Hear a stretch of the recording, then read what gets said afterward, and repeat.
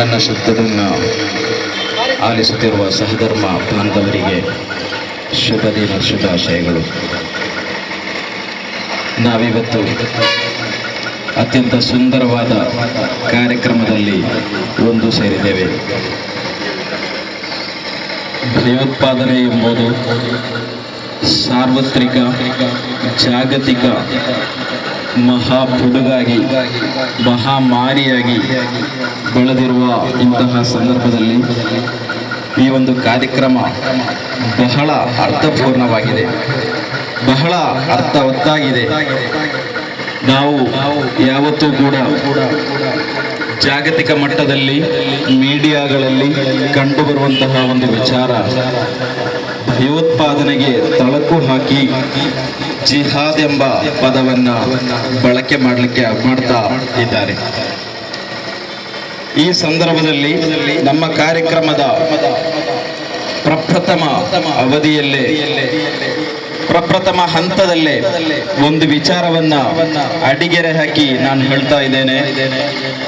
ಇಲ್ಲಿ ಭಯೋತ್ಪಾದನಾ ಸಂಘಟನೆಗಳು ಅದು ಯಾವುದೇ ಹೆಸರಿನಲ್ಲಿರಲಿ, ಲಷ್ಕರ್ ಎ ತೊಯ್ಬಾ ಎಂಬಂತಹ ಹೆಸರಿನಲ್ಲಿರಲಿ, ಜೈಷೆ ಮೊಹಮ್ಮದ್ ಎಂಬ ಹೆಸರಿನಲ್ಲಿರಲಿ, ಅಥವಾ ಲೇಟೆಸ್ಟ್ ಆಗಿ ಐಸಿಸ್ ಎಂಬ ಹೆಸರಲ್ಲಿರಲಿ, ISIS ಎಂಬ ಹೆಸರಲ್ಲಿರಲಿ, ಏನೇ ಹೆಸರನ್ನ ಹಾಕಿದ್ದರೂ ಕೂಡ ಅದು ಅದರ ಹೆಸರುಗಳು ಅರಬಿಯಲ್ಲಿದ್ದ ಮಾತ್ರಕ್ಕೆ ಆ ಸಂಘಟನೆಗಳಿಗೂ ಇಸ್ಲಾಮಿಗೂ ಏನೋ ಒಂದು ಸಂಬಂಧವಿದೆ ಎಂಬಂತಹ ತಪ್ಪು ತಿಳುವಳಿಕೆ ನಮ್ಮ ಸಮುದಾಯದಲ್ಲಿ, ನಮ್ಮೆಡೆಯಲ್ಲಿ, ಪತ್ರಿಕಾ ವಲಯಗಳಲ್ಲಿ, ಮೀಡಿಯಾಗಳಲ್ಲಿ, ಇನ್ನಿತರ ಮಾಧ್ಯಮಗಳಿಗೆ ಇದೆ. ಅದಕ್ಕಾಗಿ ನಾನು ಹೇಳ್ತಾ ಇದ್ದೇನೆ, ಐಸಿಸ್ನವರ ಇಸ್ಲಾಂ ಅದು ಇಸ್ಲಾಂ ಅಲ್ಲ. ಜೈಷೆ ಮೊಹಮ್ಮದ್ನ ಆ ಸಂಘಟನೆಯ ಇಸ್ಲಾಂ ಅದಕ್ಕೂ ಇಸ್ಲಾಮಿಗೂ ಸಂಪರ್ಕವಿಲ್ಲ.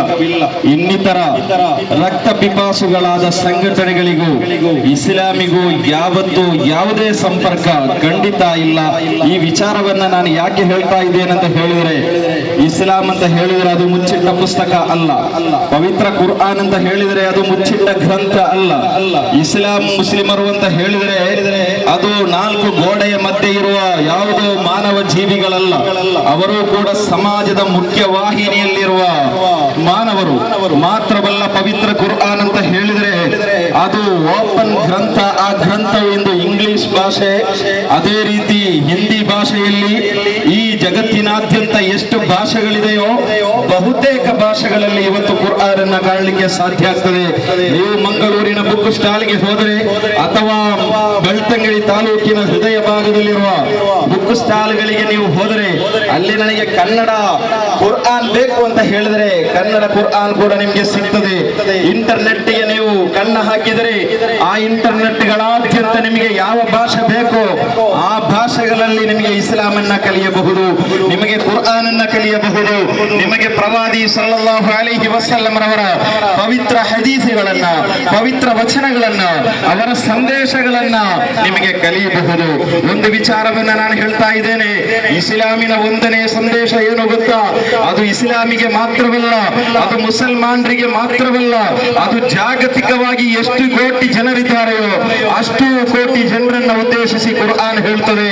ಅದರ ಒಂದನೇ ಸಂದೇಶ, ನೀವು ಸಾಕ್ಷರಸ್ಥರಾಗಬೇಕು, ನೀವು ಓದಬೇಕು, ನೀವು ಅಕ್ಷರಸ್ಥರಾಗಬೇಕು. ನಮ್ಮ ಭಾರತ ಸರ್ಕಾರ 1980-90 ದಶಕದಲ್ಲಿ ಇಲ್ಲಿ ಸಾಕ್ಷರತಾ ಆಂದೋಲನವನ್ನ ಹಮ್ಮಿಕೊಂಡು ಅದಕ್ಕೆ ಎಷ್ಟೋ ಸಾವಿರ ಗಟ್ಟಲೆ ರೂಪಾಯಿಗಳನ್ನ, ಎಷ್ಟೋ ಕೋಟಿ ರೂಪಾಯಿಗಳನ್ನ ಸುರಿಯಿತು. ಈ ಸಂದೇಶವನ್ನ ಪ್ರವಾದಿ ಸಲ್ಲಲ್ಲಾಹು ಅಲೈಹಿ ವಸಲ್ಲಂ 1400 ವರ್ಷಗಳ ಹಿಂದೆಯೇ ಹೇಳಿದರು, ನೀವೆಲ್ಲರೂ ಕೂಡ ಸಾಕ್ಷರಸ್ಥರಾಗಬೇಕು. ಇದು ಇಸ್ಲಾಮಿನ ಒಂದನೇ ಸಂದೇಶ. ಇಸ್ಲಾಮಿನ ಎರಡನೇ ಸಂದೇಶ ಏನು ನಿಮಗೆ ಗೊತ್ತಿದೆ?